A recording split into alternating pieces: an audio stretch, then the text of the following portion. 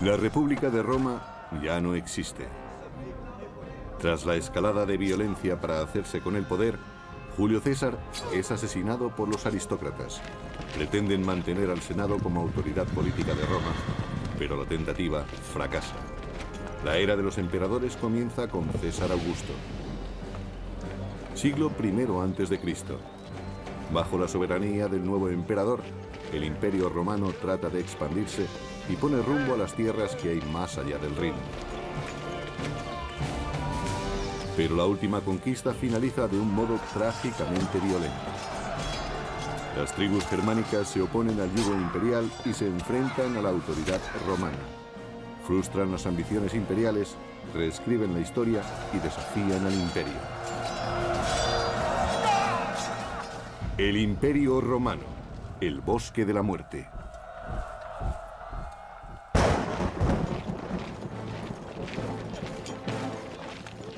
Galia, siglo I a.C. Roma pretende dominar el mundo. Alentados por un crecimiento sin precedentes, los líderes del imperio creen que los pueblos conquistados no se opondrán a su misión civilizadora. El emperador Augusto consolida su poder tras el asesinato de su tío abuelo, Julio César. Roma se alza y extiende por todo el mundo conocido. Augusto fue un pariente de Julio César que se convirtió en el primer emperador romano. Él salvó la República. Sus métodos hubieran sido impensables para Julio César. Fue el principio del apogeo de Roma. Sus fronteras se expandían rápidamente gracias a las sucesivas victorias militares. Y en Roma se empezaba a creer que el imperio era invencible. Augusto ha triunfado en su tarea: poner los valores democráticos de la antigua república al servicio del poder y el liderazgo del emperador. Augusto salvó la República convirtiéndose en su único dirigente. Y al mismo tiempo convencía al pueblo de que la República seguía siendo lo que siempre había sido: una cooperación entre las personas de los estratos más altos y más bajos de la escala social. Algo que iba en beneficio de todos. Tras 35 años de liderazgo, Augusto considera esta expansión del territorio romano su mayor éxito. Para él, es algo que va más allá de la simple conquista militar. A fin de cuentas, los romanos se consideraban superiores al resto de los pueblos. Los romanos sentían que su misión era civilizar al resto del mundo. Tenían una misión cultural y por eso trataban de imponer la ley y la justicia, como ellos la concebían, al resto de los pueblos, aquellos a los que llamaban bárbaros. Tras la exitosa anexión de la Galia como provincia romana, el Imperio Romano trata de conquistar las tierras más allá del Rin, lo que se conocería como Germania. Las tribus de más allá del Rin vivían de manera precaria, luchando entre sí en sangrientas guerras fratricidas. Algunas tribus incluso se atrevían a penetrar en territorio romano, algo que el imperio no iba a tolerar. Roma considera que estos pueblos son salvajes e impredecibles, y por tanto, un objetivo a conquistar. Ha habido muchos debates sobre los objetivos de Roma al este del Rin. Quizás el imperio trataba de establecer una nueva provincia entre el Rin y el Elba. O quizás trataban de frenar las incursiones que llegaban de más allá del Rin. Casi todas las opiniones coinciden en que Roma intentaba establecer una nueva provincia. En el año 9 a.C., el emperador Augusto envía al general Tiberio más allá del Rin. La relación entre romanos y germanos es muy conflictiva. Hay gente que quería colaborar con los romanos y gente que aborrecía a los romanos. En aquella época los pueblos germánicos debían enfrentarse a muchos desacuerdos. Eran comunes las luchas por el poder. Tiberio, un destacado militar con importantes contactos, tiene muchas probabilidades de suceder al emperador. En Germania, visita al jefe de la tribu de los queruscos, al que considera un aliado potencial.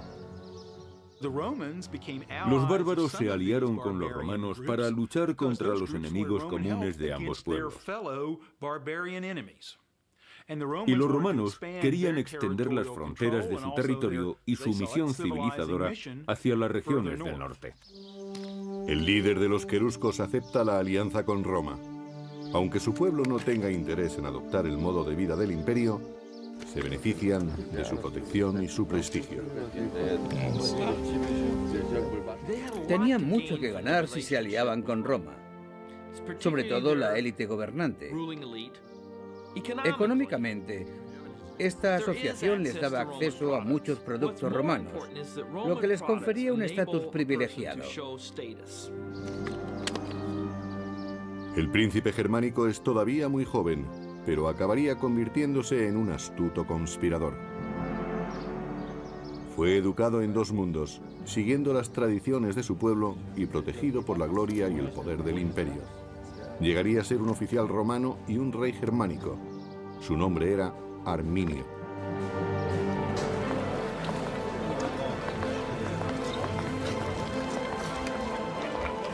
Gracias al poder militar del emperador Augusto, el imperio ha mantenido una relación pacífica con las tribus de la zona del Rin durante más de una década.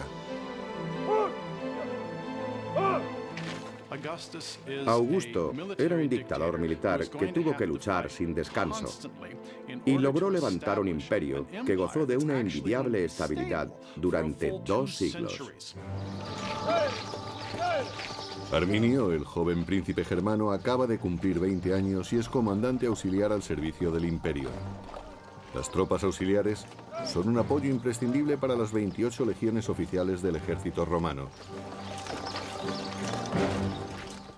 Augusto debía asegurarse de que se comprendiesen sus objetivos. Eran los mismos de los líderes tradicionales romanos: guiar al imperio en una guerra de conquista. En el año 6 después de Cristo, el general romano Tiberio viaja a Germania. Debe sofocar una violenta revuelta en la provincia romana de Panonia, las actuales Austria y Hungría. Tiberio dirige sus fuerzas contra los insurgentes que se oponen a los impuestos romanos y a su modo de vida. Los romanos intentaron imponer sus costumbres a los bárbaros a un ritmo mayor del que estos pueblos hubieran deseado. Por eso se enfrentaron a ellos. La revuelta dura ya 3 años y la situación es cada vez más complicada para el ejército romano. El emperador Augusto envía a sus tropas auxiliares. En la lucha, Arminio demuestra que domina las técnicas de combate romanas, distinguiéndose así ante sus superiores romanos. En palabras del historiador romano del siglo I, Velius Paterculus, bravo e inteligente. Arminio era un bárbaro fuera de lo común. Lo demostraban sus técnicas notables y sus ojos, que reflejaban el fuego de su espíritu. Arminio era consciente de que Roma trataba de un modo violento a sus provincias, aplastando cualquier atisbo de autonomía. Veía a los panonios en la misma situación en la que estaba su pueblo, en el norte de Germania, y estableció una relación entre ellos y su propia comunidad durante la campaña en Panonia. Pero Arminio sigue luchando al servicio del imperio y apoya con sus tropas auxiliares a las legiones romanas del general Tiberio. Mientras Roma lucha por mantener el orden en Panonia, en Germania, la influencia del imperio se hace sentir paulatinamente. El pueblo de Arminio, contratado para la construcción de carreteras y otros edificios, empieza a sacar partido de las costumbres romanas.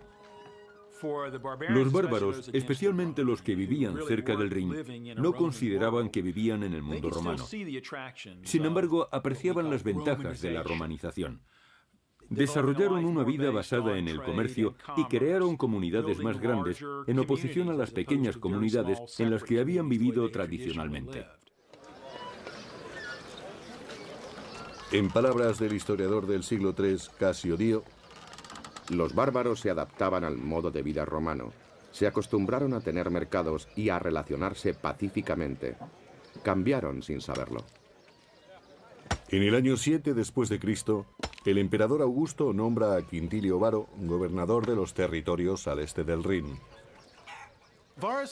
Varo era un comandante relativamente capacitado, pero también hemos podido comprobar que no se trataba de la persona más amable del mundo. Su descripción a cargo del historiador Velleius Paterculus no es demasiado halagadora. Quintilio Varo era un hombre de carácter afable y tranquilo, aunque tan limitado de mente como de movimiento, y más acostumbrado a los placeres que al servicio activo en campaña. La paz en Germania se adaptaba perfectamente a su carácter relajado. Varo se hace amigo de Arminio, que ha regresado a Germania como un respetable ciudadano romano. Roma ve en Arminio a un poderoso aliado para sus planes de paz. Los germanos aceptan las reglas romanas, pero solo para evitar enfrentamientos. A los germanos no les gustaba comparecer ante los tribunales romanos y no querían que los romanos arbitraran sus conflictos. Ellos ya disponían de un modo propio de resolver sus problemas.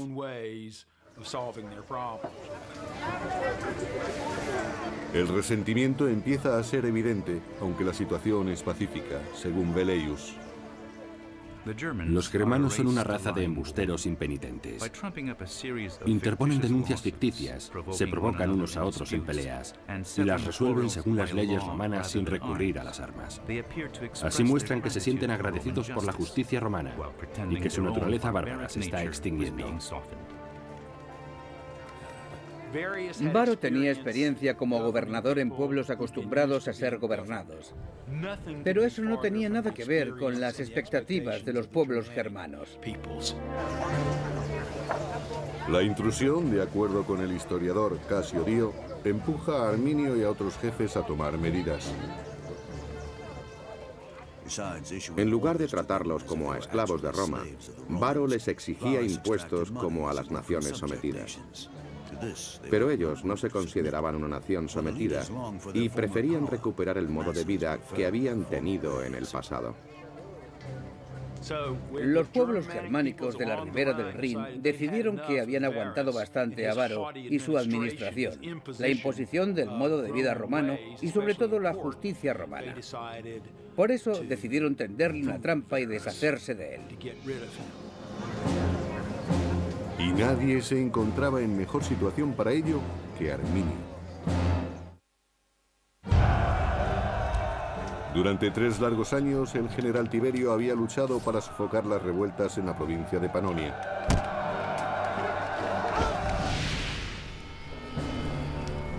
Al fin, en el año 9 después de Cristo, Tiberio ve sus esfuerzos recompensados.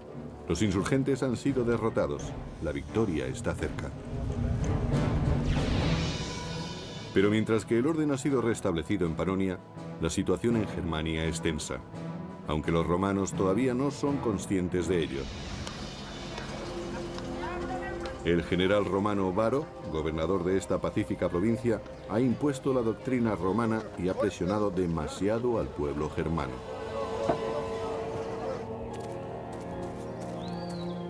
Los germanos, liderados por Arminio, se han cansado de pagar los impuestos romanos y de ser esclavos en su propia tierra. Por eso rechazan el servilismo a Roma y se levantan en armas contra el ejército más poderoso del mundo. No todos los caudillos germanos están de acuerdo con el levantamiento.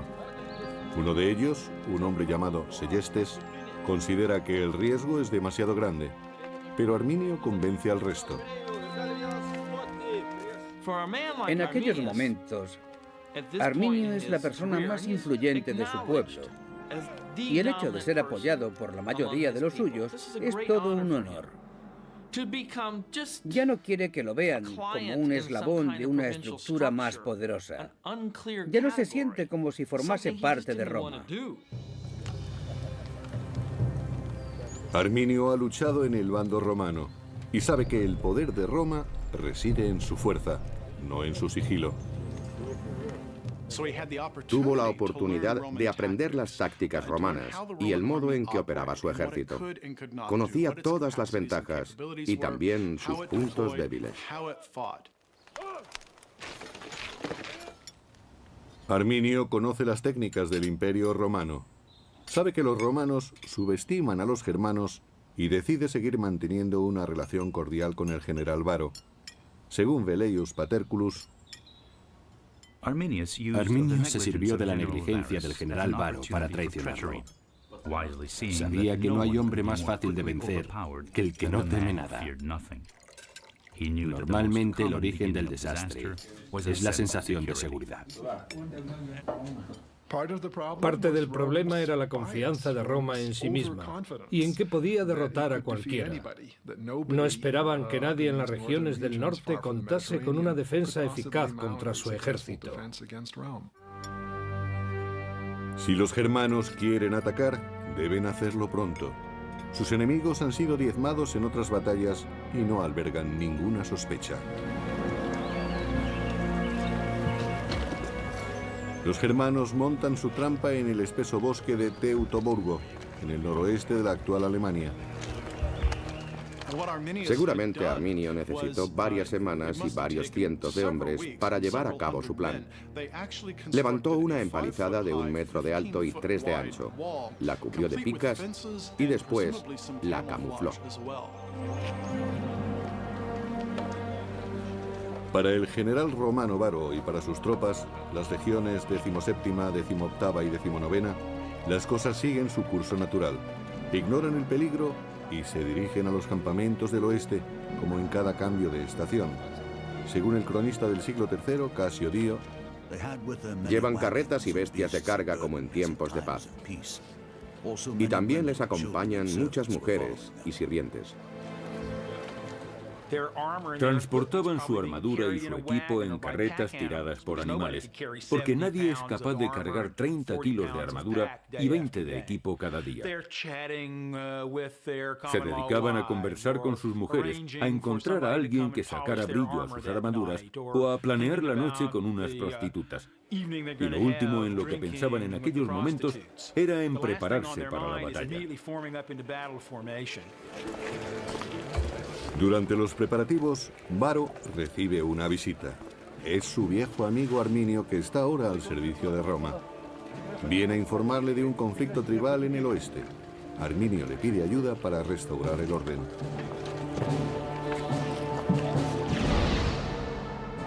El supuesto levantamiento se ha producido en una zona poco conocida, llamada Calcrise, cerca del fuerte romano de Halter. Es el destino de las tropas de Varo.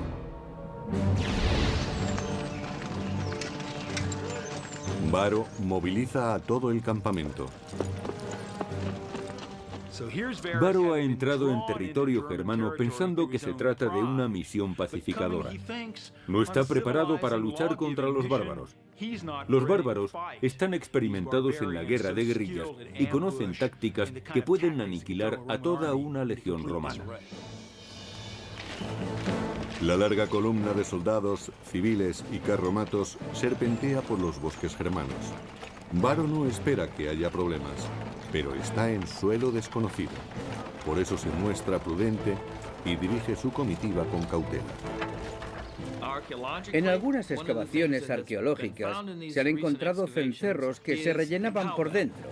Así conseguían silenciarlos. Con los cencerros silenciados, la columna prosigue su marcha. Las tropas van en cabeza y nadie sospecha que avanzan directos hacia una trampa. El caudillo germano Seyestes sigue sin confiar en el plan y trata de prevenir a Varo de la traición de Arminio, pero solo consigue ser apartado. En palabras del historiador Velleius Paterculus, Segestes pidió que detuvieran a los conspiradores, pero la fatalidad se había apoderado de Varo y había nublado su espíritu. Algunos bárbaros desconfiaron de Arminio y trataron de aconsejar a Varo. Pero el general se consideraba capaz de juzgar a la gente. Creía saber quién era su amigo y quién no.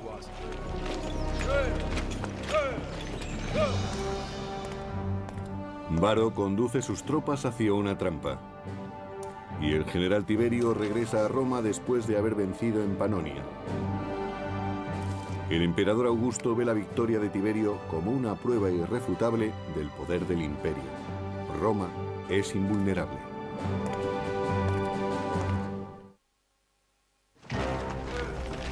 El gobernador Varo se dirige a sus cuarteles en el oeste, pero se desvía para sofocar el levantamiento del que le ha informado su amigo Arminio.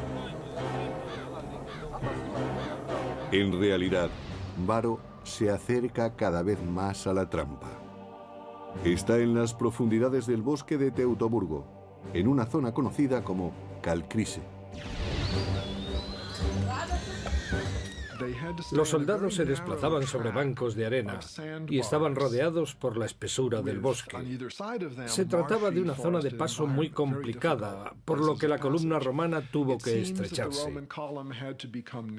Los legionarios romanos marchaban en filas de 6 u 8, y en esta zona formarían filas de 4 o de 2. Además, los soldados se veían entorpecidos por la presencia de sus familias y de las bestias de carga que los acompañaban. Cada vez les costaba más avanzar. Los caminos estaban encharcados o cubiertos de barro y lodo, y además estaban cerca de las rías, por lo que encontraban muchos barrancos a su paso. Era muy peligroso. Esa era la ruta por la que se desplazaban los soldados de Varo. La peor ruta que podría haber escogido. A un lado estaba el pantano, al otro las colinas. Para los romanos era muy complicado cargar con sus armaduras por ese camino. Les resultaba demasiado pesada. Los germanos habían conducido a los romanos a la trampa perfecta. Era difícil avanzar e imposible retroceder. Arminio sabía que Varo estaba en sus manos. El general romano no tenía posibilidad de escapar. Arminio solo tenía que decidir cuándo y dónde atacarlo. Y no perdió el tiempo. Fue un ataque inesperado. El cronista del siglo III, Casio Dio, describe el momento de la emboscada. Los germanos se lanzaron sobre Varo en medio de aquel bosque impenetrable. Se mostraron como lo que eran, enemigos y no súbditos, y sembraron el caos. La trampa se había cerrado. Los romanos estaban atrapados y rodeados de bárbaros.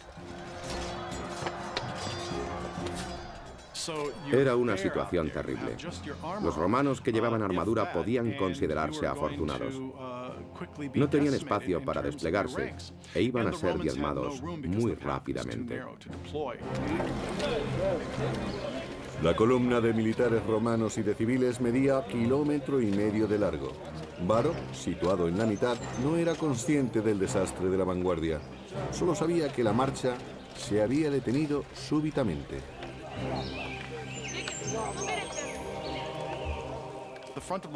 La vanguardia de la columna iba a ser la primera en caer, y no les era posible comunicarse con la retaguardia en esas condiciones. El ejército romano estaba en una situación muy vulnerable. Realmente corrían un gran peligro. Cuando Varo fue informado del ataque, ya era tarde. No había tiempo de prepararse ni de escapar. La sucesión exacta de los acontecimientos sigue siendo un misterio.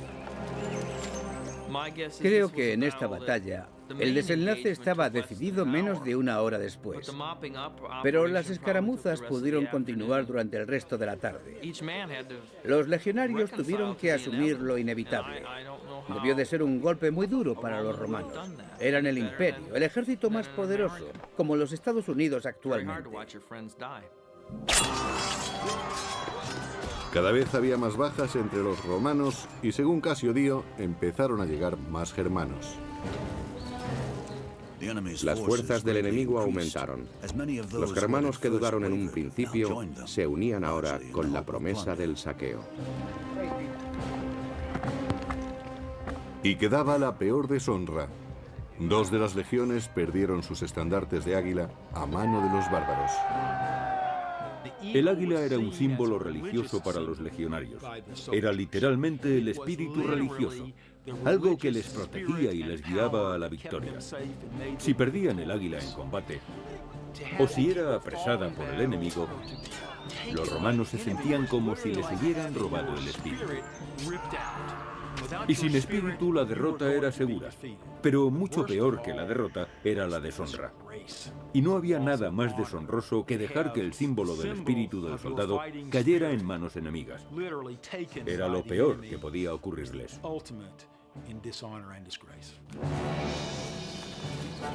Los romanos pierden la batalla y los estandartes. Como general, Varo sabe lo que le resta por hacer. Varo había sido engañado por los bárbaros. Sabía que era el único responsable. Había dirigido a un ejército y no había sido precavido. Roma iba a culparle de aquella derrota. El propio Varo no podría nunca perdonarse a sí mismo. Su única salida era el suicidio, incluso si era un suicidio poco honorable. Los germanos, a las órdenes de Arminio, han recuperado su tierra y han derrotado al ejército más poderoso del mundo. Según su tradición, ahora debían martirizar a los prisioneros. El escritor del siglo II, Florus, lo describe. Nunca hubo una matanza más cruel que aquella en los bosques. Nunca hubo tantas ofensas proferidas por bárbaros, especialmente hacia las figuras de los legisladores. A algunos hombres les sacaron los ojos, a otros les cortaron las manos. A uno le cosieron la boca después de cortarle la lengua.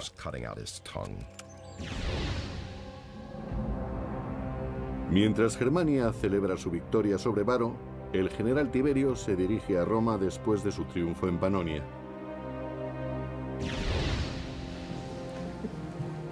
En Roma, el emperador Augusto ultima los preparativos para celebrar el regreso de Tiberio, pero pronto la alegría de los romanos se verá ensombrecida.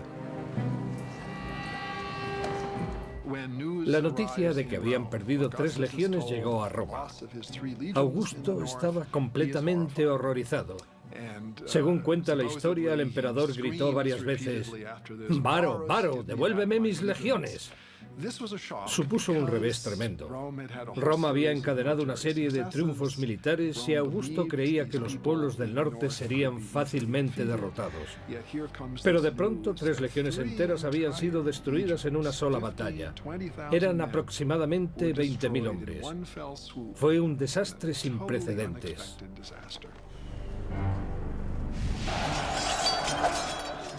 Y ahora que los queruscos y otras tribus bárbaras habían escapado a su control, ¿qué les impedía asolar Roma?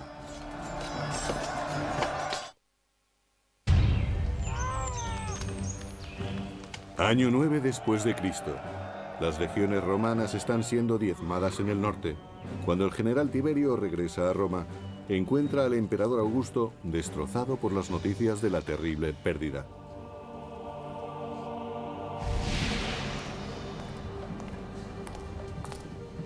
Los bárbaros de más allá del Rin han acabado con 3 legiones dirigidas por el general Varo. El desastre de Varo frustró los planes de Augusto. Ahora resultaba mucho más complicado expandir la frontera norte del Imperio Romano. Ahora siempre tendrían que enfrentarse con feroces pueblos en sus fronteras. En cualquier momento, las tribus podrían adentrarse en su territorio para atacar. Ha sido un golpe muy duro para Roma y no puede quedar impune. Arminio había asestado un duro golpe a la moral del imperio y, por tanto, el orgullo y el honor de Roma debían ser vengados. Habían perdido cerca de 20.000 hombres de una fuerza de legionarios compuesta de 150.000.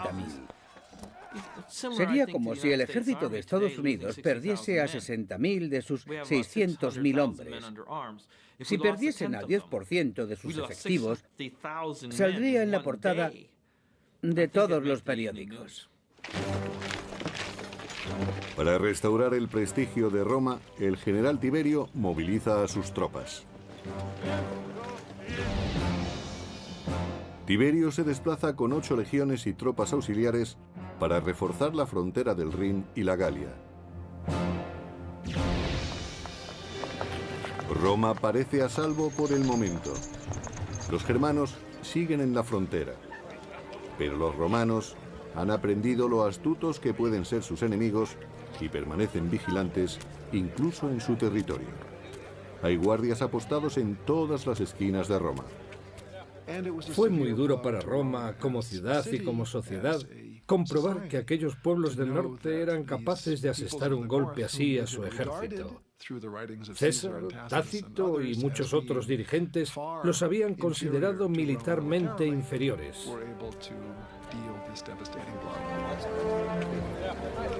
Roma, el paradigma de la civilización occidental, de pronto se siente vulnerable. Todo ciudadano o visitante extranjero se convierte en sospechoso, en enemigo potencial. Augusto, temeroso de un levantamiento por parte de los germanos, los expulsa. Mientras Roma entera se estremece de miedo, los germanos del otro lado del Rin se muestran eufóricos. Arminio celebra su victoria sobre Roma uniéndose en matrimonio a Tusnelda. Se trata de la hija del caudillo rival, Seyestes, que trató de prevenir a Varo de la traición de Arminio. En contra de los deseos de su padre, Tusnelda se deja raptar por Arminio. Las mujeres germanas eran increíblemente fuertes. Podían llegar a matar a sus hombres si se rendían en combate. Eran mujeres que se tenían en muy alta estima y querían unirse con el mejor hombre posible. Tusnelda vio en Arminio al mejor de todos los germanos y decidió que ella no merecía menos. Su victoria sobre las legiones romanas confiere a Arminio una enorme influencia sobre su pueblo. Ahora, como rey de los queruscos, crea una coalición de líderes tribales. Arminio pensó que su espectacular victoria le daría fama y que ocuparía un cargo que nunca había existido entre los germanos, el de rey.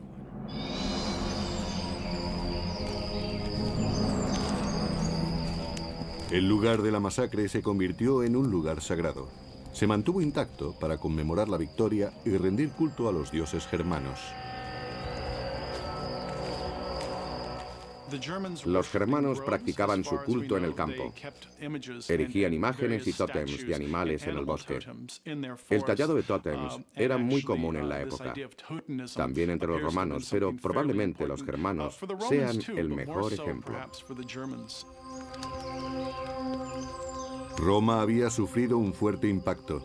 Los germanos conservaron las armas romanas como una recompensa sagrada. Las espadas, picas y escudos eran obras de artesanía y su fabricación requería muchos materiales. Económicamente eran muy valiosos, pero parece ser que en muchas circunstancias el valor ritual era más importante. Se han encontrado cientos de ellos con ornamentos que indican que pertenecieron a oficiales. Algunas de estas armas tienen detalles en oro y plata. Gracias a su astucia y a la violencia, los germanos han conseguido recuperar su territorio, al menos por ahora. Pero Roma no está dispuesta a rendirse. Los romanos se dieron cuenta de que tenían un grave problema en el Rin. Decidieron reagruparse, lo que significó reclutar más soldados y establecer nuevas alianzas con los bárbaros. Al cabo de un tiempo, Roma envió nuevas expediciones más allá del Rin. Su intención era pacificar el área, pero también pretendían recuperar su honor perdido en la batalla contra Arminio.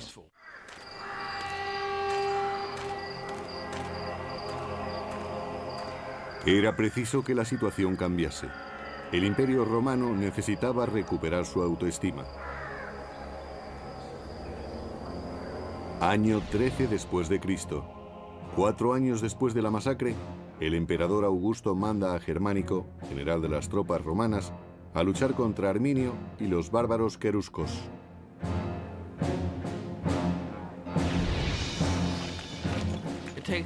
Era prioritario que la potencia militar de Roma se restableciera. De lo contrario, Germánico no podría disponer de las tropas suficientes. No había discusión posible. El honor del emperador y probablemente su vida estaban en juego. Era un problema que había que solucionar enseguida. La fuerza interior de los romanos se alimentaba de venganza, de odio y de furia.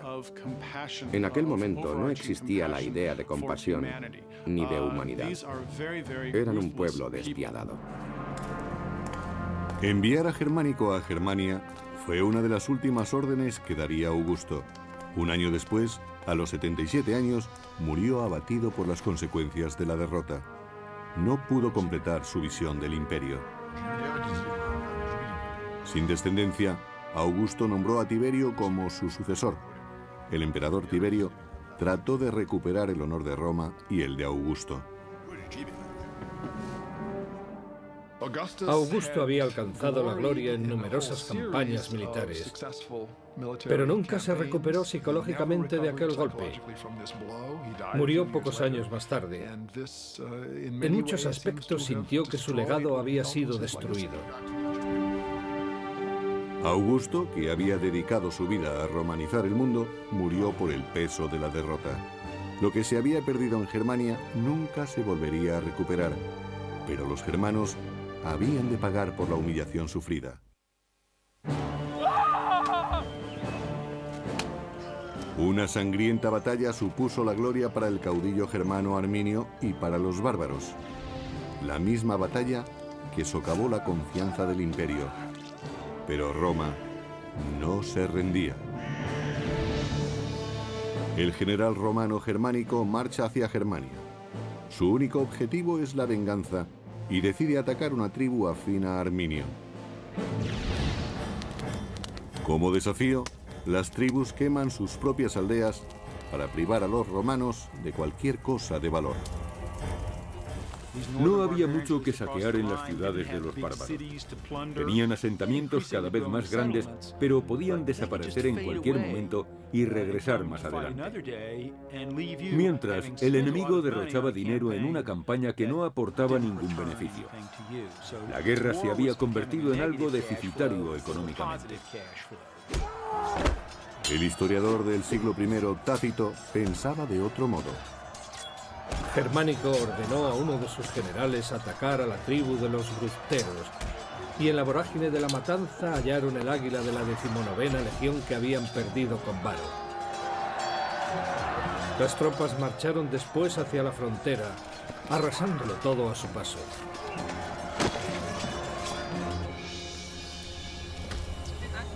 En esta campaña, los romanos liberan a Seyestes, el caudillo encarcelado por Arminio. Pero su venganza no terminaba ahí. Después, los romanos apresaron a la hija de Seyestes, Tusnelda, que esperaba un hijo de Arminio. Tusnelda fue capturada por los romanos y llevada a la capital como prueba del éxito en su misión. Su principal objetivo era humillar a Arminio, el hombre que había derrotado al general Varo y a sus 3 legiones. En el año 15 después de Cristo, 6 años después de la emboscada, el ejército romano llega al lugar de la masacre en los bosques de Calcrise. Ahora es un monumento sagrado a la victoria de los germanos. Cuando llegaron al lugar de la derrota de Varo, encontraron espadas rotas por el suelo. Y también había cráneos clavados en los árboles. La batalla tuvo que ser horrible. El valle estaba lleno de huesos que probablemente pertenecían a los vencidos, salvo los oficiales que seguramente habían muerto en la horca o degollados por los germanos. Así era como practicaban los sacrificios. El historiador del siglo I, Tácito, describe así la escena. Había huesos por todas partes, diseminados en los lugares donde los hombres trataron de huir y amontonados donde resistieron. Y al lado descansaban armas rotas y huesos de caballos. Los cráneos humanos estaban clavados a los árboles. No muy lejos se alzaban los altares bárbaros donde fueron sacrificados los jefes. Sin duda fue sobrecogedor para Germánico y sus hombres. Se dieron cuenta de que podían ser los restos de sus familiares o de sus amigos. Eran sus compañeros de armas. Y los enterraron. El entierro y su ritual eran muy importantes. Aseguraban el descanso de los muertos, que ya no regresarían para atormentar a los vivos. El historiador Tácito dice: los romanos enterraron los restos de las 3 legiones. No sabían si estaban enterrando a amigos o a desconocidos, pero la ira que sentían hacia el enemigo era la misma. Todos sufrían y maldecían. Fue muy significativo para Roma demostrar que recordaba a sus veteranos. Nunca desistiría en su intento de recuperar el honor que le había sido arrebatado. Su desgracia se debía a la incompetencia y arrogancia de un general. Para los germanos, que ven el campo de batalla como un santuario, el entierro es una herejía. En cuanto los soldados enemigos se alejaban, exhumaban los restos y santificaban de nuevo el lugar. Arminio, que había derrotado a Roma 6 años antes, se siente amenazado por el retorno de los romanos. El giro de los acontecimientos le preocupa. Tácito describe su rabia. Arminio, colérico por naturaleza, enfureció cuando su mujer fue capturada. El destino de su hijo sería la esclavitud. El general se dejó llevar por la ira y declaró la guerra a Segestes y al imperio. Estalla la guerra. Las fuerzas de Arminio están familiarizadas con el entorno y una vez más sacan partido de su ventaja contra las tropas romanas. Las legiones romanas eran superiores cuando podían elegir un campo de batalla llano y extenso. En ese tipo de terreno tenían más espacio para maniobrar y podían avanzar en formaciones compactas. Y en aquel momento no se daba ninguno de esos factores. No era llano, no había sitio para maniobrar y no podían agrupar sus unidades. Pero Germánico logra tender una trampa al enemigo y lo atrae a campo abierto.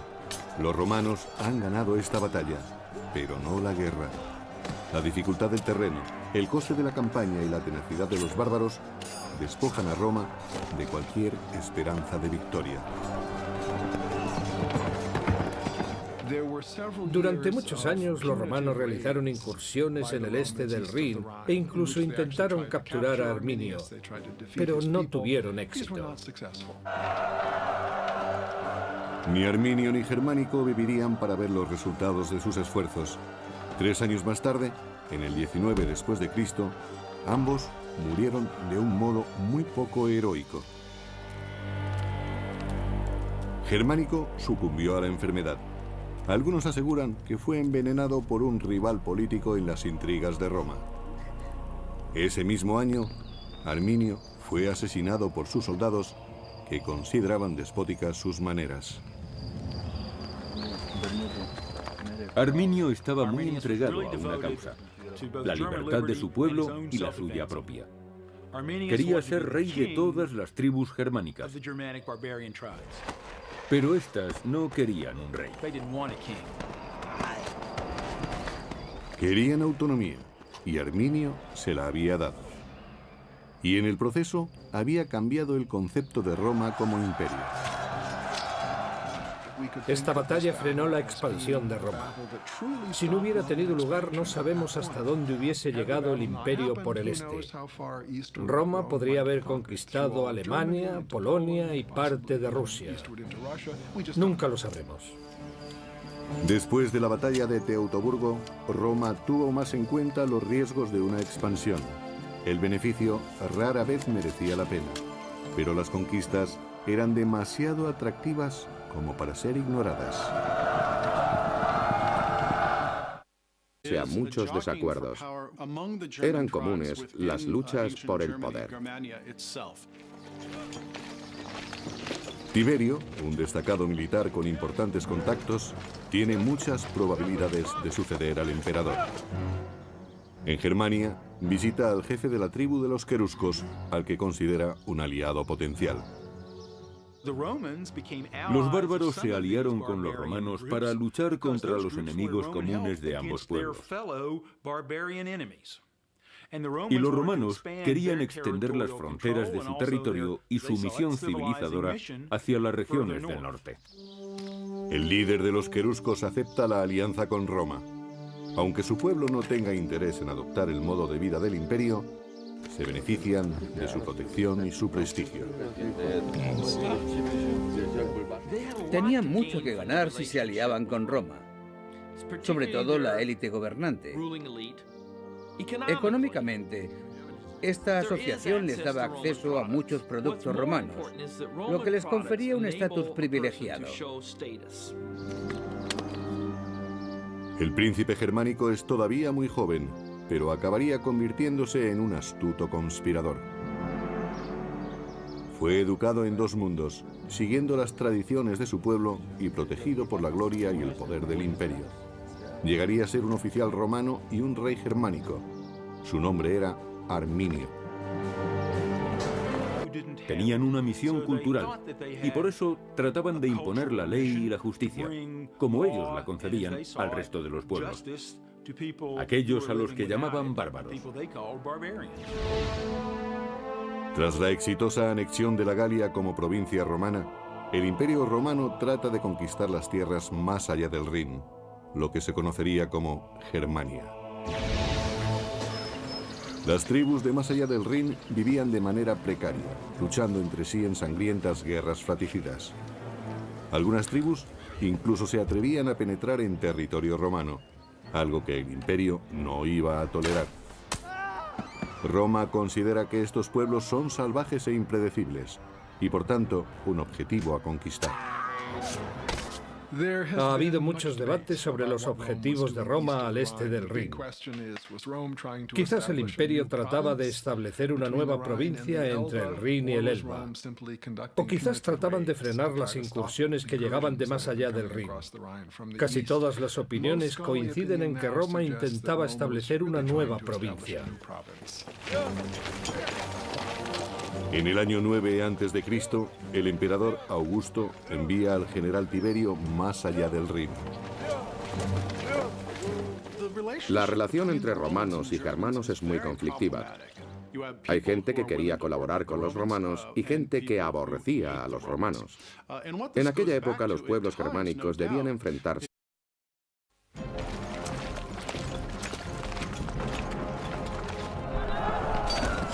La República de Roma ya no existe. Tras la escalada de violencia para hacerse con el poder, Julio César es asesinado por los aristócratas. Pretenden mantener al Senado como autoridad política de Roma, pero la tentativa fracasa. La era de los emperadores comienza con César Augusto. Siglo I a.C. Bajo la soberanía del nuevo emperador, el Imperio Romano trata de expandirse y pone rumbo a las tierras que hay más allá del Rin. Pero la última conquista finaliza de un modo trágicamente violento. Las tribus germánicas se oponen al yugo imperial y se enfrentan a la autoridad romana. Frustran las ambiciones imperiales, reescriben la historia y desafían al imperio. El Imperio Romano, el bosque de la muerte.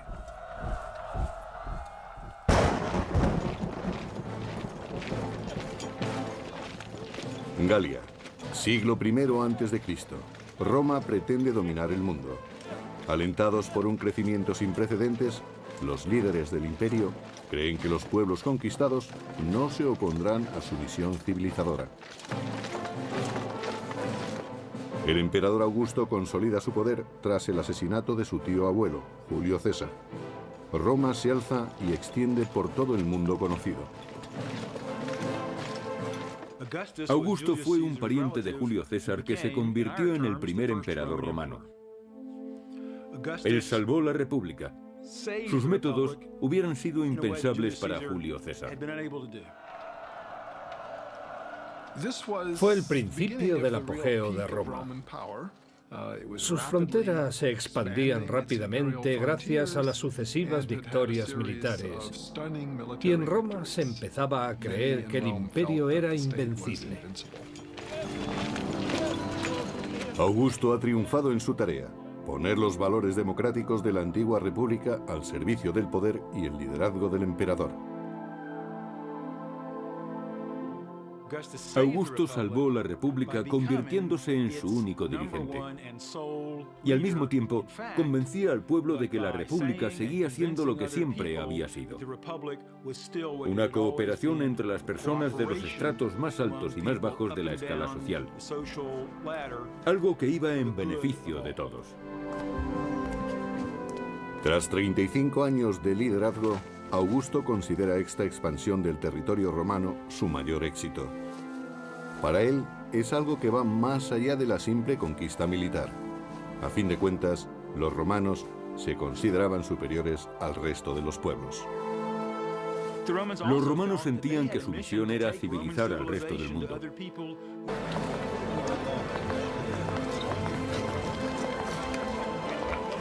Gracias al poder militar del emperador Augusto, el imperio ha mantenido una relación pacífica con las tribus de la zona del Rin durante más de una década. Augusto era un dictador militar que tuvo que luchar sin descanso y logró levantar un imperio que gozó de una envidiable estabilidad durante 2 siglos. Arminio, el joven príncipe germano, acaba de cumplir 20 años y es comandante auxiliar al servicio del imperio. Las tropas auxiliares son un apoyo imprescindible para las 28 legiones oficiales del ejército romano. Augusto debía asegurarse de que se comprendiesen sus objetivos. Eran los mismos de los líderes tradicionales romanos: guiar al imperio en una guerra de conquista. En el año 6 después de Cristo, el general romano Tiberio viaja a Germania.